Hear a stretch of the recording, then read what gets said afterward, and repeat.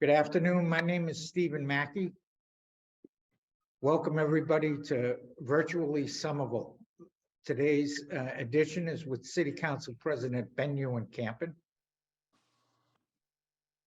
Virtually Somerville, the Chamber's series began a couple of years ago during COVID-19, is a Chamber's virtual series that seeks to bring you an hour with one of Somerville's most interesting thought leaders in academia, government, business, and cultural life. Each guest's introductory remarks are followed by audience questions and answers.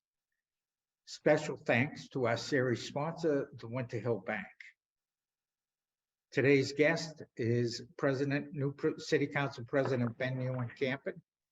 He was recently elected with a unanimous vote and on the very first ballot of the City Council to be president. He was first elected to the council in 2017, representing Ward 3. His top priorities, I think it's fair to say, from the very beginning was the crisis of housing affordability. It first inspired him to get involved in local politics. He's helped lead the council's effort to pass what is probably the most progressive affordable housing agenda of any city in Massachusetts. He's also founding board member of the Somerville Community Land Trust, and as chair of the Land Use Committee, led the passage of Somerville's Affordable Housing Overlay District. Ben is a molecular biologist at the Harvard Medical School. He lives with his wife Alex and their son Simon just outside Union Square.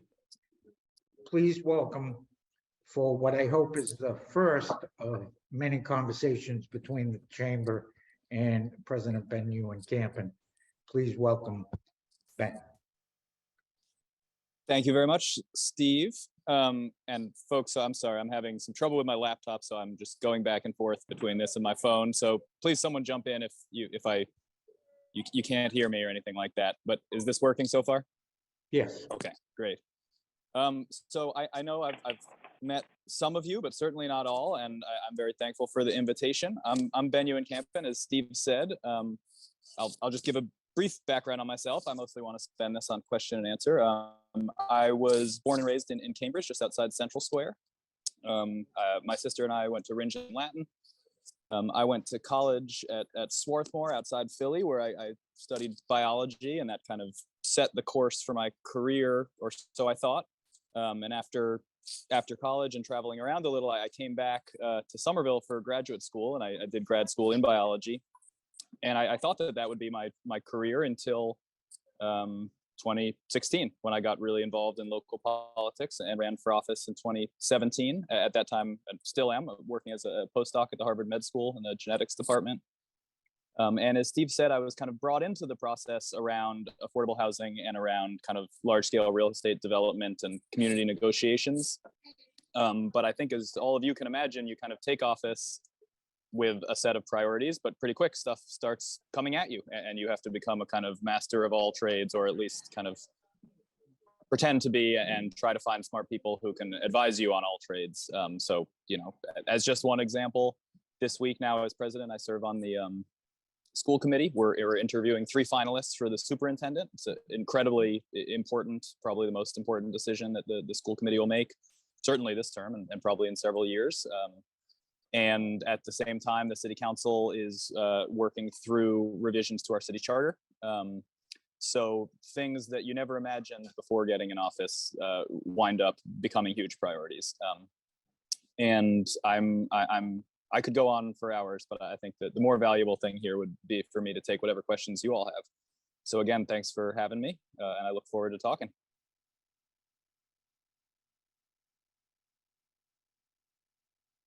Thank you very much, Ben. That was great. What we'll do now is move to Q&A. If you look at your reactions or functions in your Zoom, you can raise your hand, and we'll take people's questions in that order. As you can line up as soon as you please. To start off, if I may, um, the Chamber of Commerce, there are chambers all over the world, like there are local councils all over the world. There's a lot of discussion about capitalism and everywhere about how it's meeting the needs of society, how it may not be and is not. There's discussions about all kinds of so-called socialist initiatives. You had once at the Horseshoe in the council chambers said something about capitalism that you weren't its biggest fan. I think you might say. I think I remember the quote, and you can reiterate it if you do. But the biggest question for me, as a resident of Somerville and as somebody who's worked for the great people of the Chamber of Commerce for almost 30 years or so, is can we find some common ground, a path forward, perhaps as Somerville become a leader in the country of cooperation, collaboration between or among people that fall all across the political spectrum to try to make this a better little society, a better little city, a better example for the rest of the world.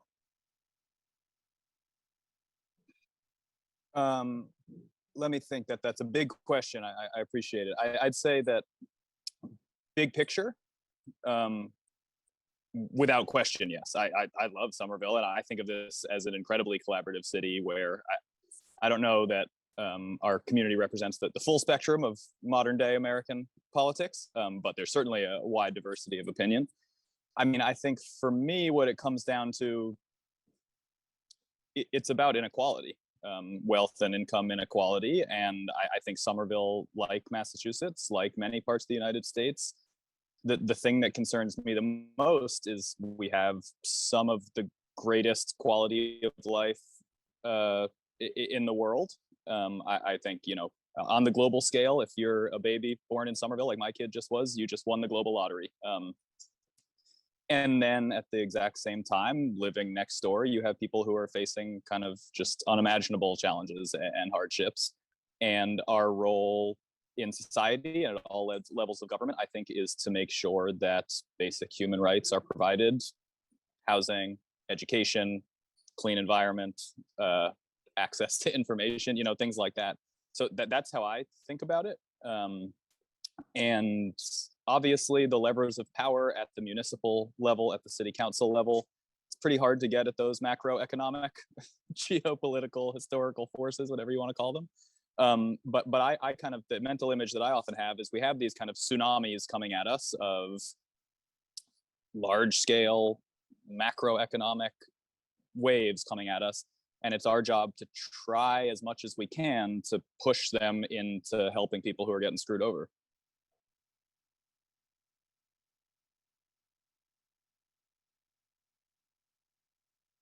Thank you.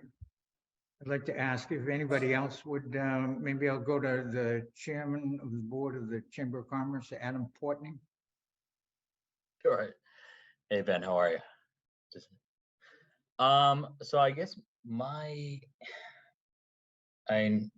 main question is kind of a follow-up on Stephen's, and it's more to do with housing and density. And I think that a lot of the policies that have been put into place by the city council while you've been there and are continuing to push in that way, I look at as regressive policies versus progressive.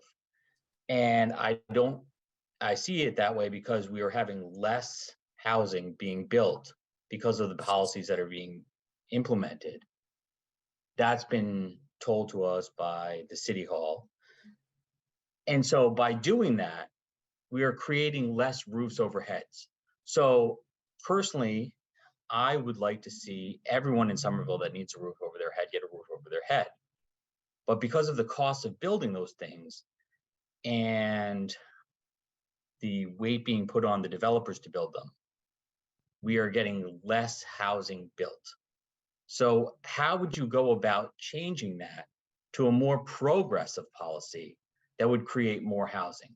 Because it's been admitted by the city that we are seeing less housing being built because of some of these policies.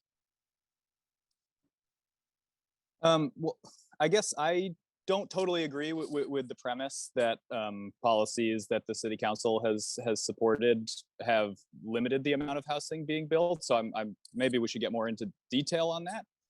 I'd say ideologically, I very much think we need to build more housing. I think we should, especially near new transit. One of the first developments that was proposed in Ward 3 after I took office was Lean's auto body on Bow Street. It was an old auto body. And there was the question of, should it be kind of two kind of townhouse 3-unit buildings, or should it be a 5-story apartment building built to passive house standard with 20% inclusionary? And that is like the easiest choice in the world for me. Of course, I think that we should, when you have the option, should you build 2 or 3 extremely expensive houses, or should you build an apartment building? That's extremely easy. And my opinion of the zoning that we passed in 2019 is that we're encouraging that, specifically in the places where it's kind of like most appropriate and feasible. My read, honestly, and you all are probably more experts on the real estate market than I am. My read is that until the Somerville zoning ordinance passed, there was a real bottleneck, and there was a lot of people sitting on property waiting, trying to figure out how the zoning was going to go. And once the zoning passed, a lot of those projects started moving forward. Certainly in my ward, that's what I've seen. I've not seen a single project that's been proposed that has not gotten permitted. If there are folks on this call who want to correct me on that, but that's my sense, is that the pipeline takes a long time. You still are not I would just occupied. I would just say more on the smaller projects is where you see it. So on a larger project where you throw in 20% inclusionary zoning and all of that stuff, yes, you're going to see it being built one way or the other. The problem is on like the 2 to 3 family conversions that have really slowed down because of the condo conversion ordinances and things like that. So if you could make 5 units, 6 units, it does create more density along, and it doesn't have to just be along the train. If you don't make it affordable, or you figure out a way with developers to make it affordable for them to build it and still make their money back, I think that's what people are looking for. Not as much on the larger projects where you have 20, 30 units being built and then 20% going affordable. So okay, so you're talking about someone who wants to build a 4-unit building, for example. Correct. I think there's a good faith argument to be had around, the way that our zoning works currently is that there's kind of a zone that allows you to build up to 3 units, and then you have the urban residence that goes between 4 and say 10. Is that perfectly tweaked? I don't know. I'm not under the impression, you started the question with building enough housing to meet the needs of our population. A condo conversion on a 2-unit house, I don't see how that creates more housing. So yeah, I guess I would say I welcome at all times, if there are zoning proposals that people have, that there are real world situations where, 5-unit projects are impossible in some context, bring them to me. I'd love to have that conversation in detail. Thank you. Thank you. Howard Horton. Hi, Ben. Thanks for Hey, Howard. joining with us today. Ben, just a question on the focus of the city council. Is there any focus on the residential taxpayer? And the reason I'm mentioning that right now, the taxes have been going up, consistently every year. And we've had a lot of success with commercial development. And one of the stated objectives of all the commercial development was to stabilize and perhaps reduce the burden on the residential taxpayer. So here I'm talking really from a resident's perspective, not necessarily from the business community perspective. But I'm wondering whether there's been any focus on this at the council in terms of the expansiveness of city government, the efficiency in city government, and the shift of the burden to the corporate and business tax base with some eye towards providing some stabilization of the residential tax burden. And just as a corollary there, whether that, if we were able to stabilize the residential tax burden, especially for the small landlord, could that be linked to some kind of rent stabilization as well? Yeah, this is the question of, does the city council pay attention and think about this? Yes, without question. And as all of you know, right, the kind of big narrative of the city's finances over the past several decades have been trying to attract commercial development to offset the residential taxpayer. And that remains the case. I think that process has begun. And I think it's hard for all of us. We look at Cambridge, right, our neighbors, where my parents live outside Central Square, and God knows how much their house is worth now, and they pay peanuts on it in taxes because of the tax base in Kendall Square. We all kind of live with that as this like alternate reality 5 minutes away. It's really challenging to do, right? Because the process to get those that shift in the tax base takes years of kind of planning at all levels. I believe we're starting to see it happen. We are certainly very, very attuned to kind of like the most egregious cases where you have folks who like legitimately cannot pay their taxes, and doing everything that we possibly can to make sure that we have every possible state exemption in place, and that we are informing people about them and getting the word out. The part of the job, and this breaks my heart every year when this happens, we set the tax rate every year based on the assessment. And typically what we see in a typical year is that the tax rate goes down a little bit because of the processes we've been talking about, but the valuations of all the properties have gone up. So the amount that people pay is up. And, I think my constituents that own homes are very happy that their valuation, that they have an extremely valuable asset, but there is a downside to that, obviously, in terms of the cost of housing, and also in, for the people who bought their house a long time ago, right? Having this incredibly valuable asset to benefit. If you just want to live there, it's certainly not a benefit. No, it's a real challenge. It's something that we all care about. I don't believe that there is kind of a silver bullet. And one thing that I'll just be honest, I don't really support is kind of severely cutting the budget of Somerville in order to reduce the tax rate. I really think that would be counterproductive for the types of things that I hear from constituents, which is they want the city to be doing more. They want more trees, more traffic calming, improvements to the schools, improvements to city services, all of which takes investment. So, I think that's every year we go through the budget process, and there's a certain amount of cutting, and often, what it comes down to is you've saved taxpayers a couple of bucks, basically. Thanks. Thank you, Ben, and thank you, Howard. Next up is Chambers Government Affairs Chair, Thomas Bent. Hi, Ben.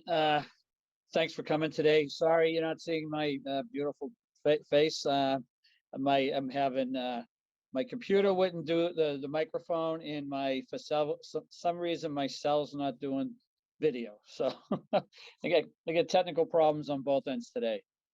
The question I have for you is, I know Somerville is already, when I was a kid, I think we were the most densely populated city, I think, in the United States, or close to it. And what drove that is families that lived here, everyone had 4 to 6 to 8 to 10 kids, back then. Now that's, drastically changed in the number of children people have. But, our numbers, I think we're back to being the most densely populated city in New England, and maybe even further. I'm not sure right now, the latest numbers. But, and then on my role as being on the MPO, representing the city and the inner core communities, one of the things that, I notice that, Somerville has, and it has for quite a while now, definitely led the way on affordable housing, go into the 20% for the housing, for affordable housing on new developments, things like that. I'm just wondering, where is this, your thoughts and the city council's thoughts on this is a regional issue. It's not just Somerville's problem. It's a regional problem. And, so many of the things, and I've had this discussion with the mayor, and one of the things that she wanted me to focus on at the MPO on transportation issues is more regional issues than just individual. You're always going to have something that the city wants or Cambridge wants or whatever, but we're always looking at more of the region as a whole, especially for transportation. But I think it's the same as for housing. So I just wanted to get your thoughts on your efforts on try to increase affordable housing in the greater Boston region. Yeah. Thank you for that question. That is like, I think you put your finger on a lot of the challenge. I've tried to encourage people to have 6 to 10 kids, but so far, they're not listening.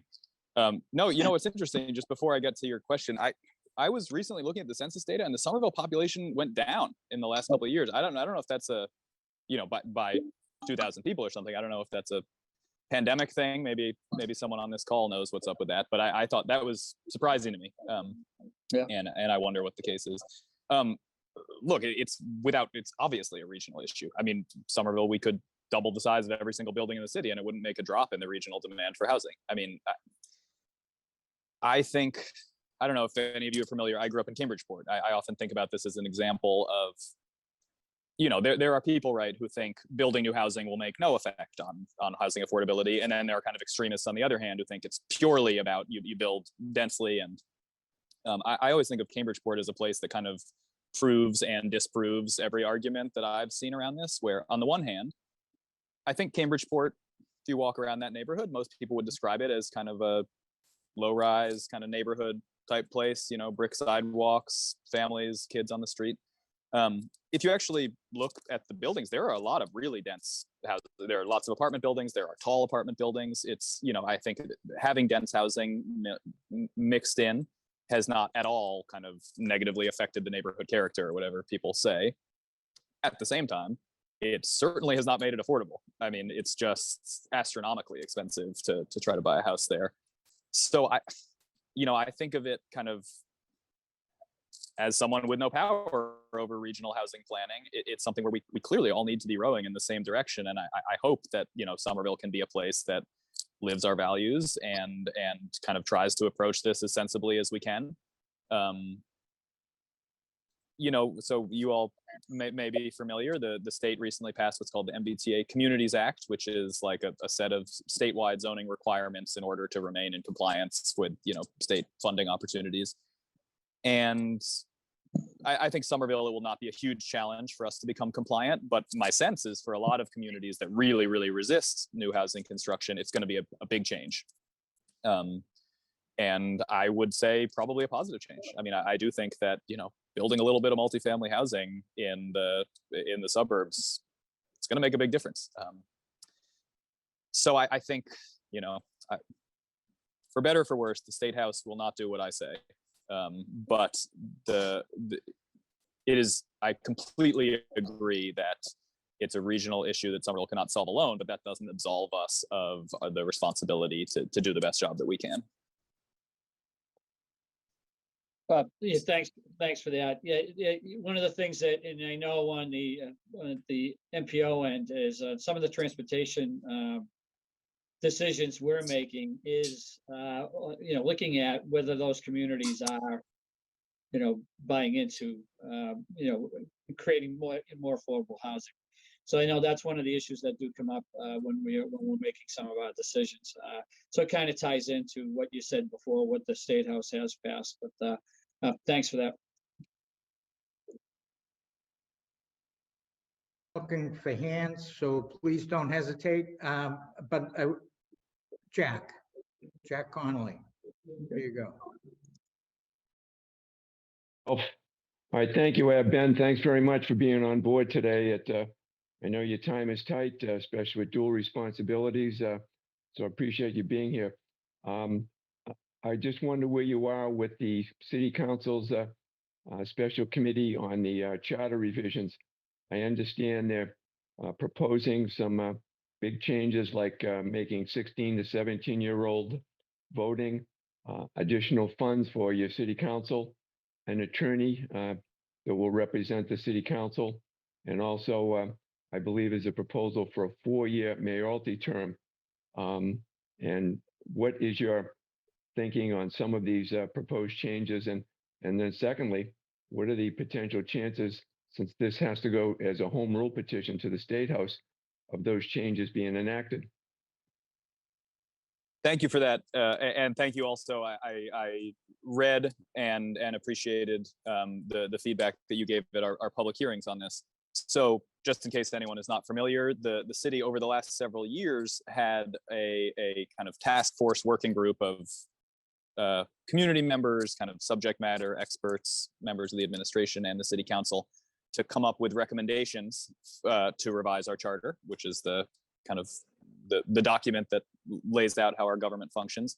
And now that document has been submitted to the city council. The process is the city council is meeting every 2 weeks as a committee of the whole, kind of going sequentially through what are the big picture items in there.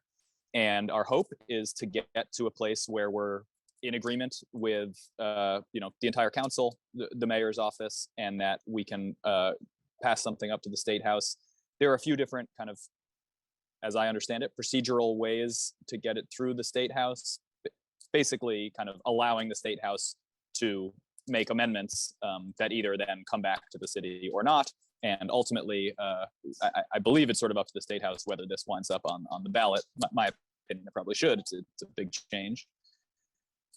I'll just share the way that I am approaching this. It's a really important and fascinating process where kind of every issue, if you want to go deep into it, becomes a rabbit hole of conflicting priorities. I am approaching this as I want us to have a modern, up-to-date charter that a normal human being could read and understand how the government works, which we do not have now. Our charter is ancient, makes no sense, has all types of anachronisms. It's, basically we don't follow large parts of it because they're so anachronistic. And then beyond that, I think we want to enshrine a basic understanding of largely the way things work now, but have that be agreed upon and locked in. And I do not think that the charter is the place to be making really large policy changes to how the government works.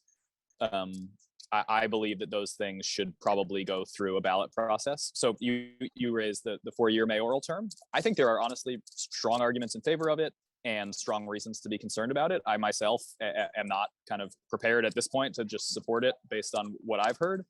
I have been advocating that type of decision, that should be a non-binding ballot question in 2023. And I, for one, am extremely interested in kind of what Somerville writ large thinks about that. I think that would be a major shift in kind of the balance of power. And it's a long conversation. I now in this role as president, it kind of often falls to me to get into the weeds on trying to understand where everybody is on different aspects of this. And try to get to a compromise.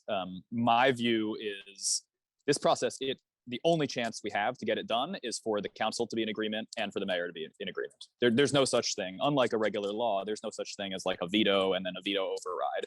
If the mayor doesn't support it, if the city council doesn't support it, it dies. And I don't want that to happen. I think a lot of really good work has gone into this, and I'd like to get it to a place where we're all in agreement that this is an update, that everybody gets things that they think are important and that are to the benefit of the city.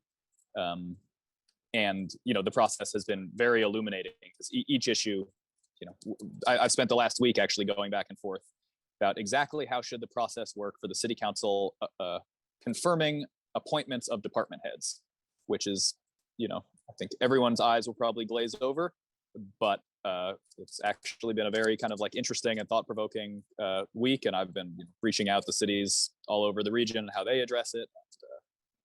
There's a lot there. But yeah, big picture, I think that we should be passing something that is basically like a lean, clean charter that doesn't try to impose major policy changes. Thank you. If I may, it's a quick follow-up, Stephen and Ben. With that in mind, it seems that, to my read of some of the proposed changes and monitoring the meetings of the committee, that there's been very little discussion about initiative petitions and/or referendums, as you mentioned, which I think is a wonderful way to find out how the city at large feels or wants to react to an issue. Is that something that you would support as being part of the charter? I know it's still ongoing and there's probably some room for that, but right now I know there's a very difficult process to an appeal a decision of one of the commissions, be it traffic commission, whatever, very little opportunity. But if there was an initiative petition that somebody could raise in order to bring it to your attention at the city council or to the city at large, I think that would be a huge improvement to the charter. As you said, antiquated, outdated, let's clean it up, but let's clean it up with the future in mind, not the past. Yeah, sorry, I keep turning my camera off. I think I'm going in and out of strong internet. You know, I would like to get the charter as much in agreement without kind of punting every decision to a ballot question, and I hope and think that we can do that. But I do think that there is a role on, you know, substantive policy changes. For example, changes to the way that the budget process works in Somerville. You know, I have pretty strong feelings about changes that I would like to see to that process, but I also recognize that the charter review process might not be the right vehicle to have those conversations. Some of those things might work better as standalone ballot questions. And yeah, I would certainly, if there are things that are of great interest to the public, and if there is a campaign to get some of those things on the ballot, I'll be very interested in the outcome. That's for sure. Thank you, Ben, and thank you, Jack. Next up, we have Vladimir Benoit from the Somerville YMCA. Vladimir. Hello, can you hear me? Okay, great. Yeah. Hi, Ben. So my question deals with affordable housing. So given some of the resources in the community, whether it's the Affordable Housing Acquisition Fund, the Affordable Housing Trust, or the Community Land Trust, what role should they play with bridging the gap between affordable housing supply and demand that has been exacerbated by the pandemic?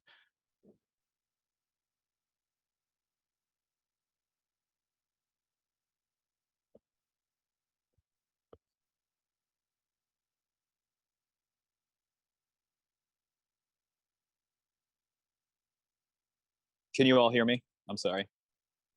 We can hear you now. Okay, I'm sorry.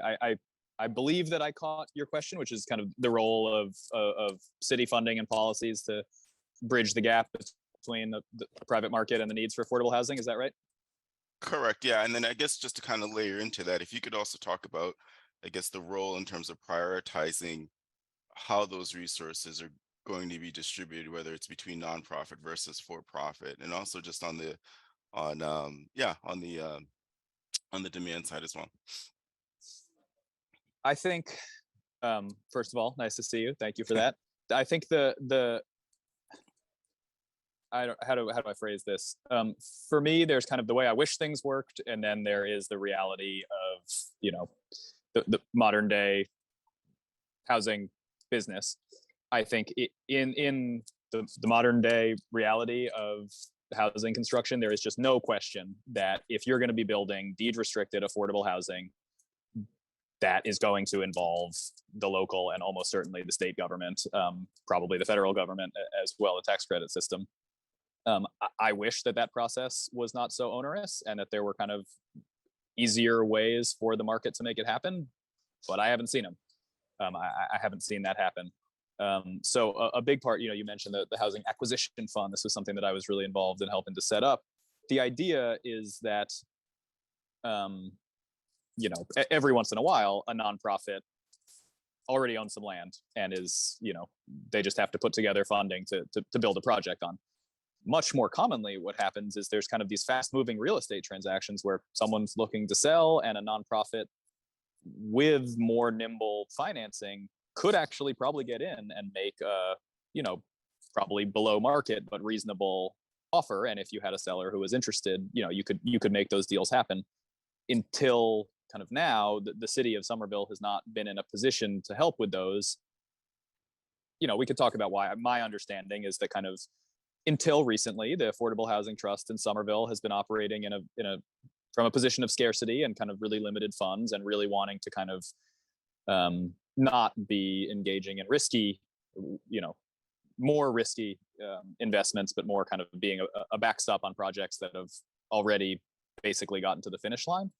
And I think what what I'm hoping to see, and what I think is starting to happen now, is realizing that we actually are building up kind of significant coffers in our affordable housing trust fund, thanks to linkage fees largely, and also these infusions of cash directly from the city, and that we can be one of the sources to kind of help the acquisition stage happen. My understanding is a lot of our kind of neighboring communities, this is just par for the course already. So I think I'm under no illusion that these projects are actually going to meet the demand that we have for affordable housing. But, every 20 unit, 40 unit, 3 unit, 5 unit, building of affordable housing that gets built is that number of people, families that can stay in the city that otherwise wouldn't be here. So, I'm under no illusion that this is like actually going to solve the problem, but I think they're incredibly important and worthy of like huge prioritization. In terms of kind of how those decisions get made, I think it's the Affordable Housing Trust Fund controls the money, and proposals are brought to them. I think before a proposal actually goes, it involves talking to city staff. And my hope is that process opens up widely as more and more people see that like there are ways to make these projects happen. Great, Thank you. Thank you, Vladimir. Thank you, Ben. He's unable to raise a hand through the system, but he sent me a text. He's been waiting while Pat Kane of the Cooper Kane Group. Thank you, Stephen. Yeah, actually, as the host, you can't raise a hand. You can only actually see other people's hands go up. And so I'm here jumping up and down trying to get his attention. So he finally did. Thank you, Counselor, for actually meeting with us. I have a kind of a slightly different kind of tangent for you.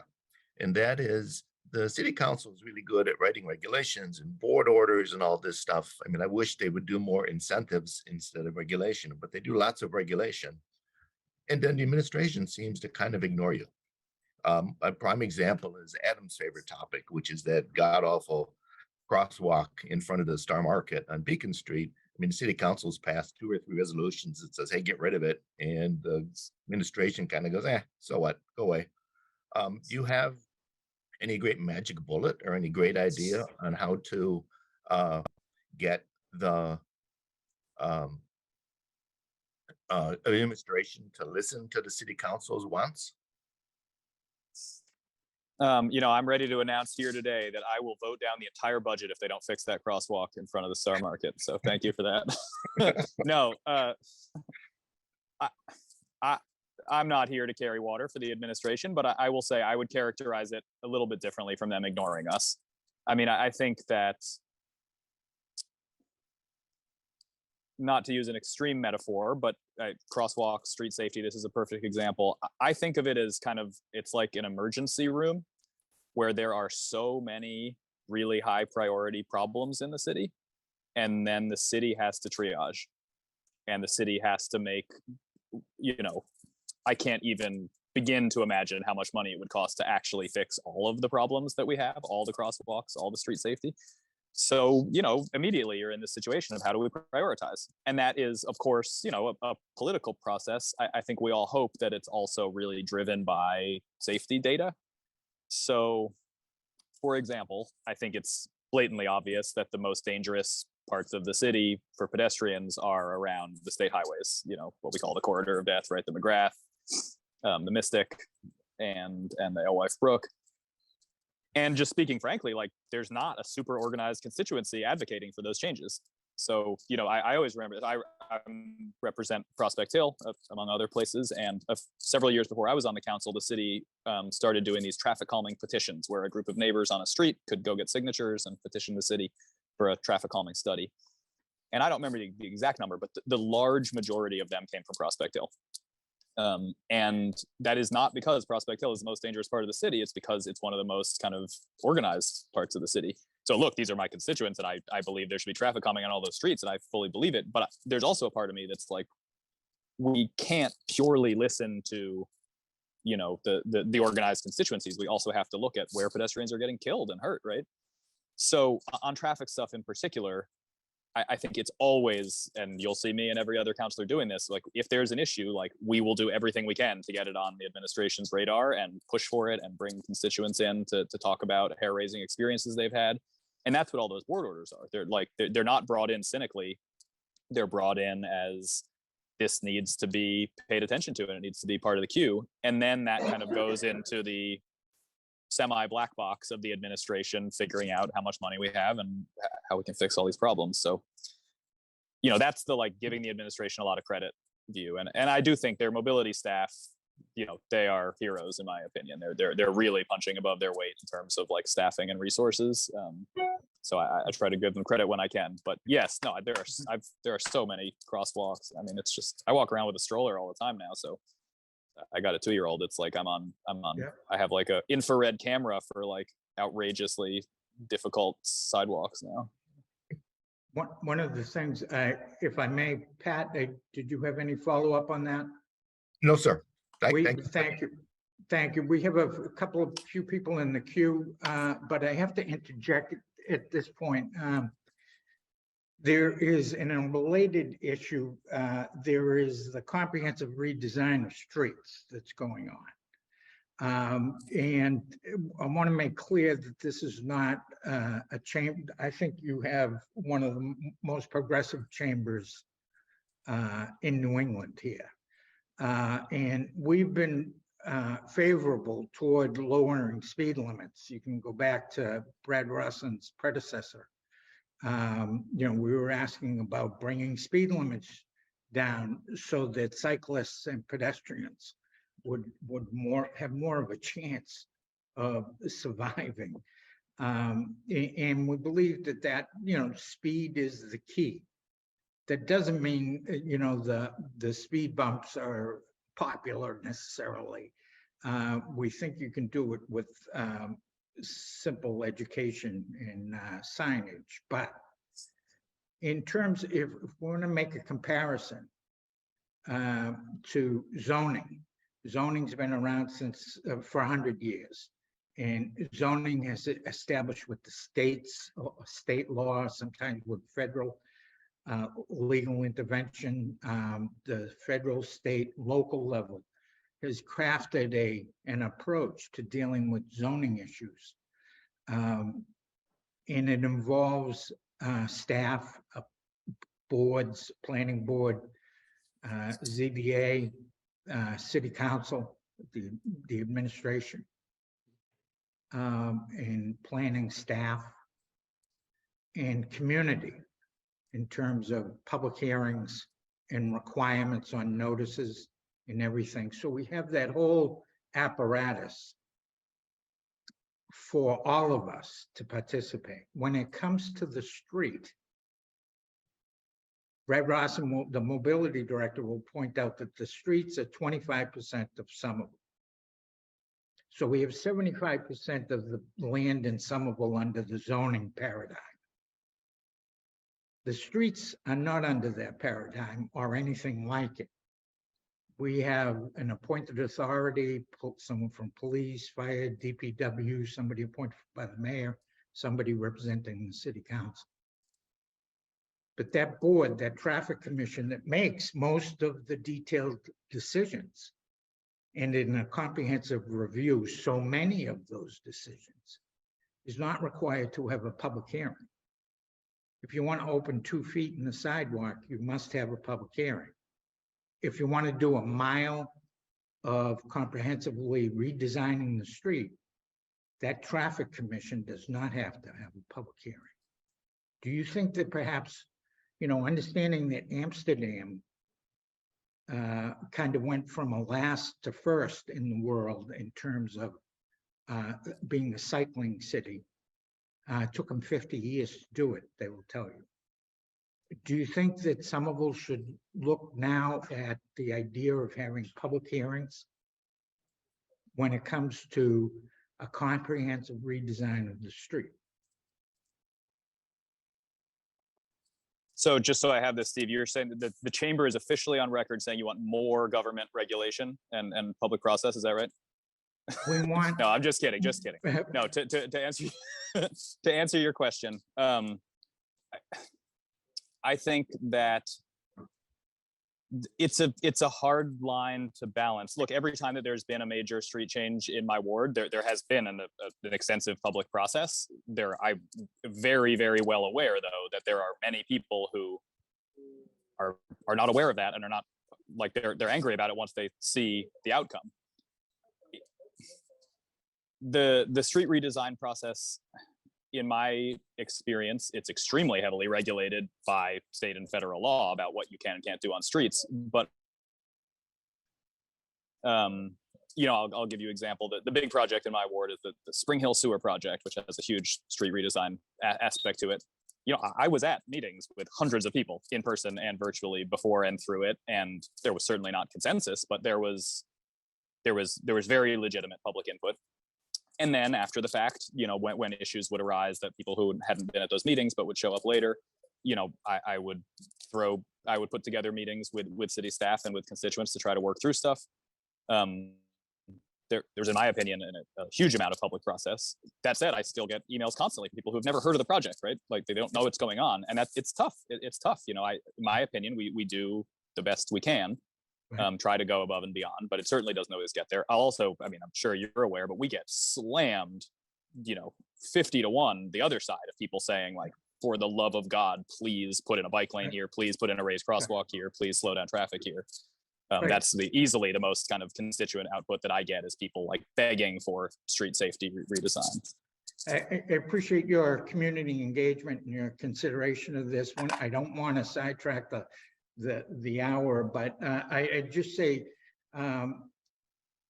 one thing is that the Traffic Commission was created in 1978, probably at the peak of the auto age, the automobile age. There was never any consideration that it would be a decision-making body that it is today.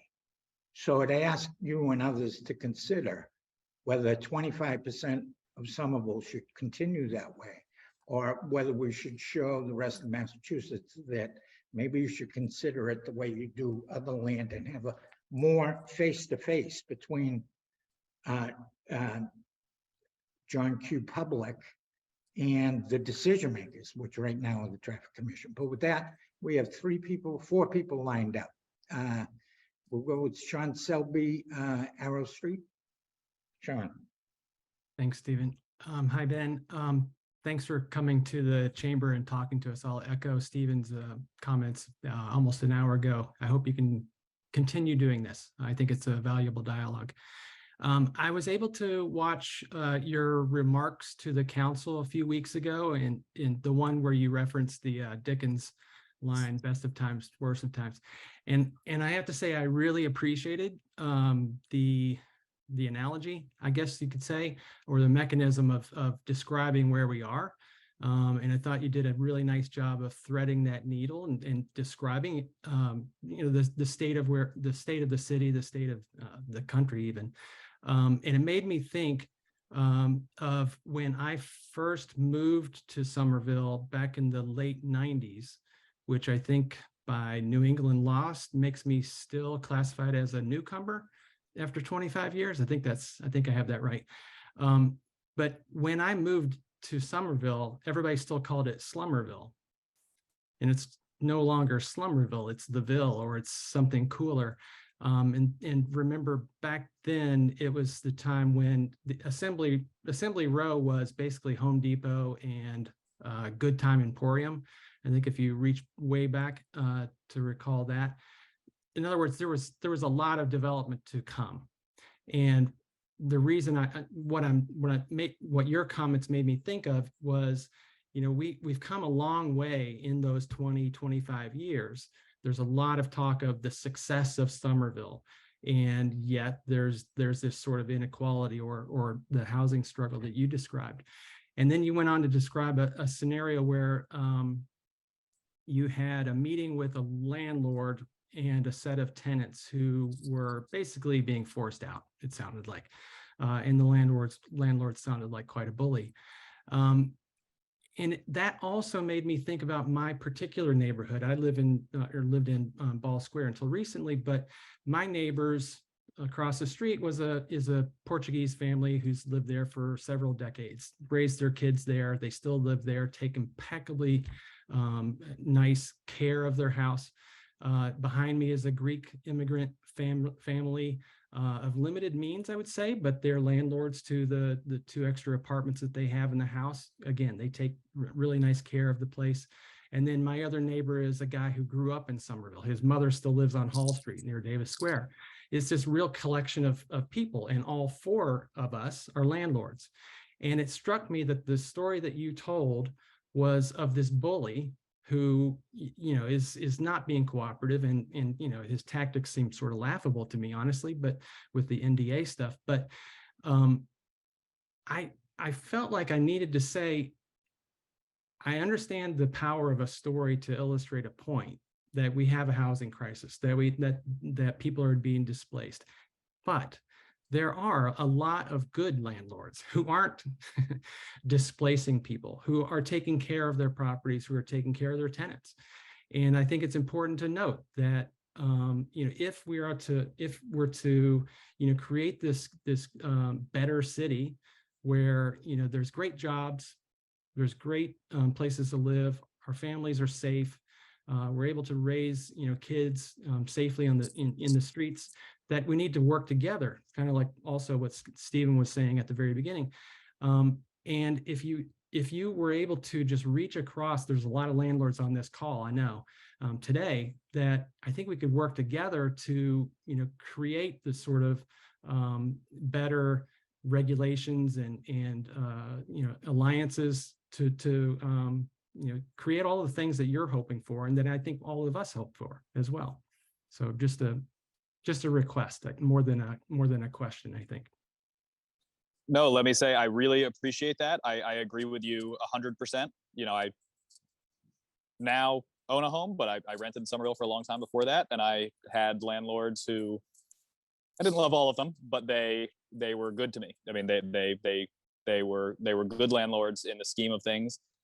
And while this isn't a general rule, I mean, you are absolutely right that the major problems I've seen trying to work with constituents who are facing displacement is when, I don't know, for lack of a better word, kind of corporate landlords buy up buildings that previously were owned by kind of Somerville landlords, right? And that's when you're seeing this just viciousness that is just kind of makes your blood boil. But I agree with everything you said, and I would be more than happy. I know we're going to run out of time in a few minutes. I'm more than happy to get together with anyone on this call. Just shoot me an email anytime. Great. Thank you very much, Ben, and thank you, Sean. There's 2 people that I see that haven't had a chance yet. From an industry, Ben, that you helped establish here in Somerville, the cannabis industry. From the new retail outlet, The Goods, located in Elm Street, Davis Square, Christopher Vining, and after Christopher, we're going to go with Joe Taliente. Thanks a lot, Stephen. And thank you for the time, Ben. My question is not actually cannabis related. I think that would be surprising to some people. It is really developmental communication related. We've got a couple of major projects going on in Davis Square. And I think that a lot of the business owners and residents, I live right outside of Davis Square, are in the dark on where these are. How do you think that we can do a better job of communicating the public and the business owners of Somerville about some of these development projects that are in more densely populated areas like Davis Square, as opposed to a Union Square, where some of those, it just has different dynamics?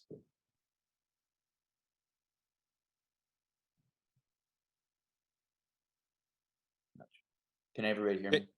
Yes, Yep, I can hear we you. can I hear think my connection died for a sec. You raise an extremely valid point. This is something like, as a ward counselor, not for Davis Square, obviously, it's kind of often falls to me to try to play middleman between the developer, the planning staff, the inspectional services. I'm probably not the best person to do it sometimes, because everyone kind of tells me what they think I want to hear. So it can be hard for counselors to get straight answers from some of these folks. I don't have a great answer. I think the criticism is very valid.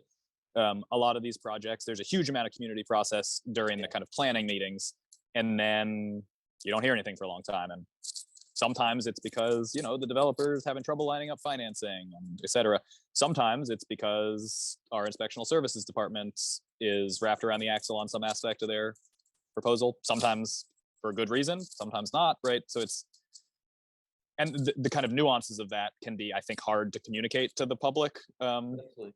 That's my guess of where some of this stuff is. But, from my point of view, it's always better to just be able to tell people the truth of kind of, they're waiting for Eversource. That's what's happening, which is usually the answer. I guess what I would say is,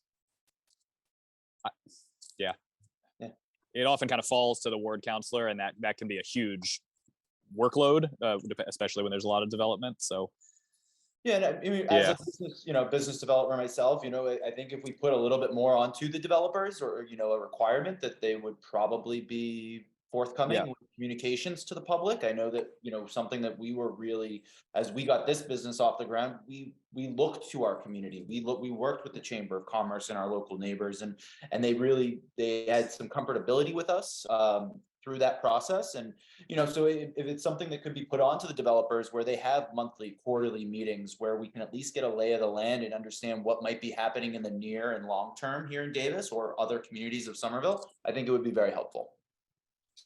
No, I appreciate that. And one thing that I've seen just for everyone on this call is, especially for some of the kind of like mid to larger size developments, is the developers put together these websites.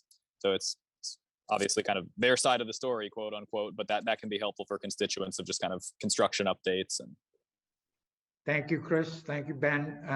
Next, and I think last up, will be a question before we invite closing remarks from Ben. Joe Caliente. Thanks, Stephen, and thank you, Ben, for hosting us today. Appreciate you taking time to answer all of our questions. I think the question I'm about to ask kind of dovetails perfectly with Christopher's question in part of your answer, and maybe even touches on what you were talking about, Steve, earlier. My question is there any way to speed up the process or make the process flow better for a developer who has a project, it's ready to go, they want to get their entitlements and they want to get underway? I ask that from the perspective of having been someone who has done development in Somerville.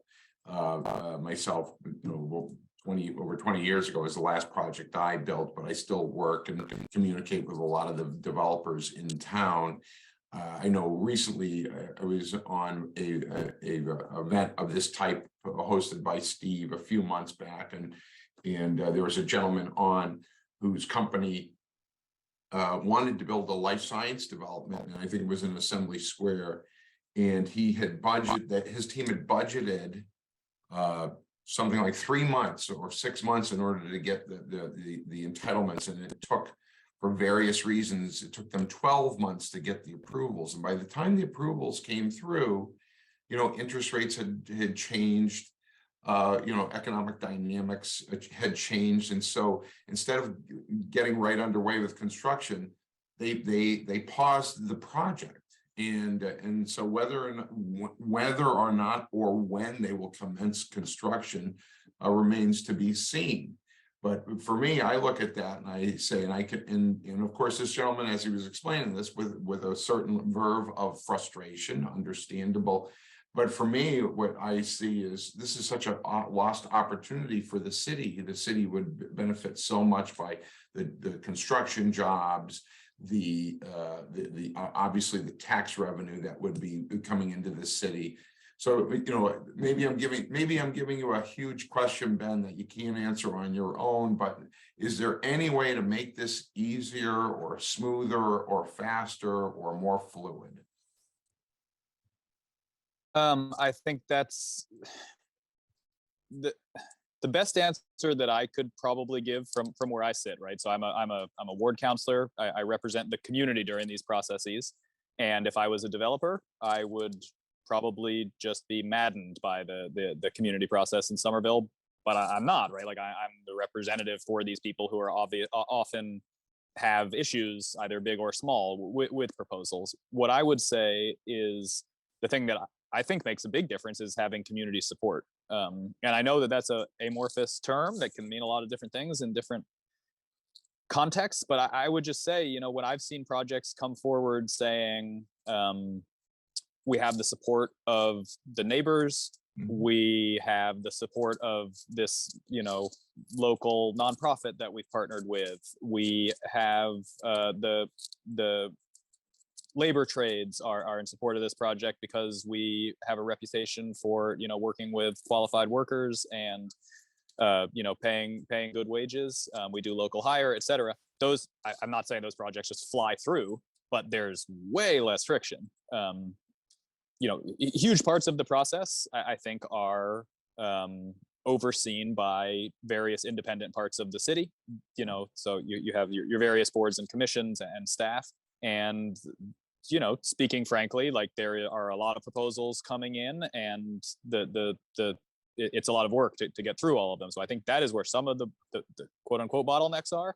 But the ones that I care about is kind of around the community process. And, you know, I would just encourage, it's not easy and there's no formula to it, but getting community support, especially from the abutters, you know, the worst position that I get put into is when a developer is, you know, advocating for some project to me where they've just pissed off all the people that I represent. Sure. And then expects me to kind of like go in front of all of them and, you know, take the developer side. It's like, I don't think folks always understand this job and kind of my role.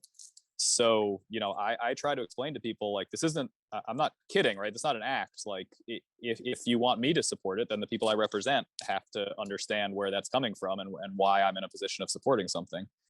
So, you know, that's a long-winded answer. No, I don't think it is at all. I think it's a fair answer. I guess a follow-up to that is assuming that the developer is responsible and is communicating actively with the community, in particularly the organized community groups, and has community support. You know, this gentleman who I mentioned before, you know, cited things like it takes forever to get a meeting scheduled or a follow-up meeting, things of that nature. And then, you know, of course, when COVID hit, it really kind of put people out of City Hall. I'm not sure, are people going back to City Hall now? Are they still working remotely? I mean, you know, I guess I'm asking regarding logistics. My sense is that most meetings are remote, and, you know, I think it's a fair point. I would just say, you know, I sort of have a different perspective. You know, there are several projects in my ward that are kind of on like vacant, blighted properties where the neighborhood actually was extremely supportive and really wants to see, and the developers have sat on them for years and haven't started. So it's often kind of, you know, my experience of this is very specific, I recognize, but it's often like there's a lot of pressure put on me and others to kind of move things along at very specific points where it's kind of to the development community's interest, and then all of a sudden once I'm done, then it's kind of like, well, now we'll just do it on our time frame. So it's, you know, I speaking frankly, I've become slightly skeptical of some of those claims. Thank you, Joe, and thank you, Ben. Ben, you said there's one line that sticks in my, a number of things that you've said are really things I'm going to take time to think about, but rowing in the same direction is something that you said, and we'd love to do.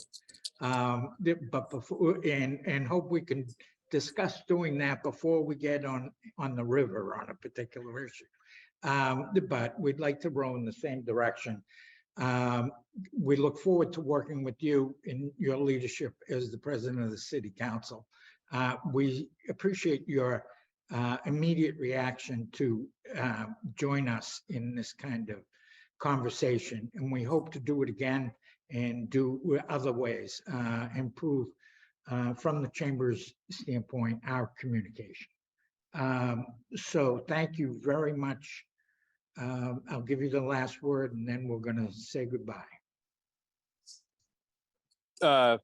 I'll just say, I just put my email in the chat, and I'm more than happy to follow up on details of stuff that you all raised. And I don't doubt that there will be issues that we don't always see eye to eye on, and I'm totally comfortable with that, and look forward to working with all of you. And I thank you all for taking the time. Thank you. Thank you very much. Have a good day, everybody. Take care. Too.